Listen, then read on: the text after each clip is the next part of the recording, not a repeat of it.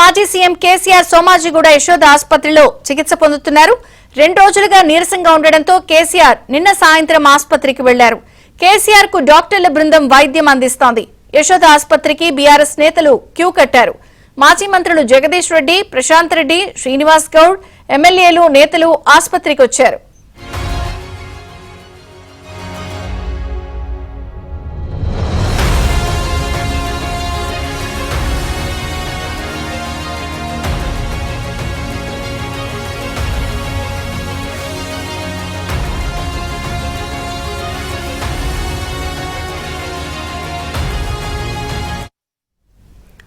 తెలంగాణ మాజీ సీఎం కేసీఆర్ సోమాజిగూడ యశోద ఆసుపత్రిలో చికిత్స పొందుతున్నారు.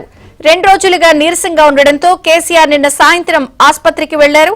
కేసీఆర్ కు డాక్టర్ల బృందం వైద్యం అందిస్తోంది. యశోద ఆసుపత్రికి బీఆర్ఎస్ నేతలు క్యూ కట్టారు. మాజీ మంత్రులు జగదీష్ రెడ్డి, ప్రశాంత్ రెడ్డి, శ్రీనివాస్ గౌడ్, ఎమ్మెల్యేలు, నేతలు ఆసుపత్రికి వచ్చారు. అప్డేట్స్ నరేష్ అందిస్తారు. నరేష్, మాజీ ముఖ్యమంత్రి బీఆర్ఎస్ అధ్యక్షుడు కేసీఆర్ కు యశోద ఆసుపత్రిలో చికిత్స కొనసాగుతుంది. నిన్న సాయంత్రం ఆయన యశోద ఆసుపత్రిలో అడ్మిట్ అయ్యారు. ఈ నేపథ్యంలోనే వైరల్ ఫీవర్ తో పాటు కాస్త నీరసంగా, అంటే అంతకంటే 2 రోజుల ముందు నుంచే ఆయన ఆరోగ్యం కాస్త క్షీణించి ఏదైతే నీరసంగా ఉండడంతో కుటుంబ సభ్యులు నిన్న సాయంత్రం ఆయన్ను యశోద ఆసుపత్రిలో అడ్మిట్ చేశారు. ఈ నేపథ్యంలోనే ఆయనకు వైద్యం కొనసాగుతుంది. నిన్న రాత్రి 9:30 గంటల ప్రాంతంలో ఒక హెల్త్ బులెటిన్ కూడా విడుదల చేశారు. కేసీఆర్ ఆరోగ్యం నిలకడగా ఉంది, ఇబ్బంది పడాల్సిన అవసరం లేదు. ముఖ్యంగా కాస్త బీపీ ఎక్కువగా ఉంది, అదేవిధంగా షుగర్ లెవెల్స్ తక్కువ కావడంతో ఆయనకు వైద్యం అందిస్తున్నట్టు చెప్తున్నారు. అదేవిధంగా నిలకడగా కూడా ఆయన ఆరోగ్యం ఉన్నట్టు తెలుసు. ఇక ముఖ్యమంత్రి రేవంత్ రెడ్డి సైతం ఆయన ఆరోగ్యం మీద ఆరా తీశారు. వైద్యులతో కూడా మాట్లాడి ఆయనకు మెరుగైన వైద్యాన్ని అందించాల్సిందిగా కూడా డాక్టర్లను ఆదేశించిన పరిస్థితి. ఇక కేసీఆర్ గత 20-25 రోజులుగా కాస్త అనారోగ్యంగా ఉంటుంది. రెండోసారి పోయిన నెల జూన్ 11వ తారీఖు నాడు ఆయన కాళేశ్వరం కమిషన్ విచారణకు హాజరయ్యారు.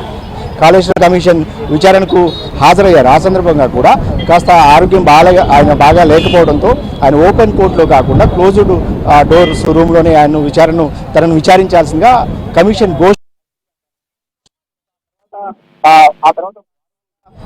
ఆ తర్వాత ఒక వారం రోజులకు ఏఐజీ ఆసుపత్రిలో కూడా వరుసగా 3 రోజుల పాటు కేసీఆర్ ఏదైతే వైద్య పరీక్షలు చేయించుకున్నారు. వరుసగా 3 రోజుల పాటు ఆ తర్వాత నంది నగర్ నివాసంలోనే ఒక 4 రోజుల పాటు ఆయన విశ్రాంతి కూడా తీసుకున్నారు. ఇదంతా జరిగి ఒక 10 రోజులు అవుతుంది. మళ్ళీ నిన్న కాస్త ఆయన ఆరోగ్యం బాగాలేకపోతే యశోద ఆసుపత్రి కూడా వచ్చి నిన్న అడ్మిట్ అయ్యారు. ప్రస్తుతం అయితే ఆయనకి వైద్యం కొనసాగుతుంది. ఇక ఇంకొక వైపు బీఆర్ఎస్ నాయకులు అయితే కూడా ఇక్కడ యశోద ఆసుపత్రికి క్యూ కట్టారు. వరుసగా నాయకులంతా కూడా వచ్చి కేసీఆర్ని పరామర్శిస్తున్నారు. మాజీ మంత్రులు కావచ్చు, ప్రస్తుత ఎమ్మెల్యేలు కావచ్చు, ఇతర నాయకులు. నిన్న కేసీఆర్ వెంటే కేటీఆర్ కావచ్చు, హరీష్ రావు, అదేవిధంగా సంతోష్, ఆయన సతీమణి కూడా కేసీఆర్ వెంటే ఉన్నారు.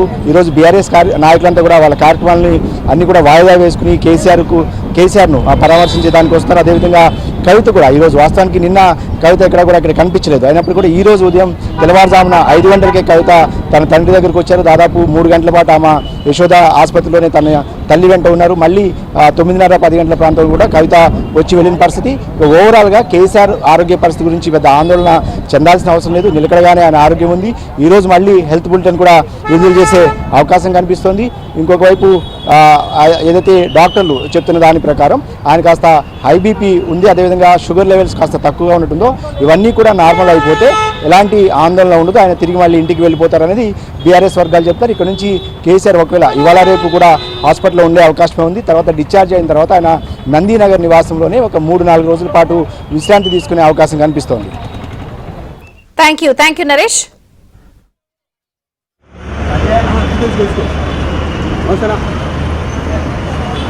ముందు పోతే ఎట్లా నువ్వు రాయే సూపర్ విజయాలు చాలు. ఇంకేందన్నా అయ్యా శ్రీనివాస్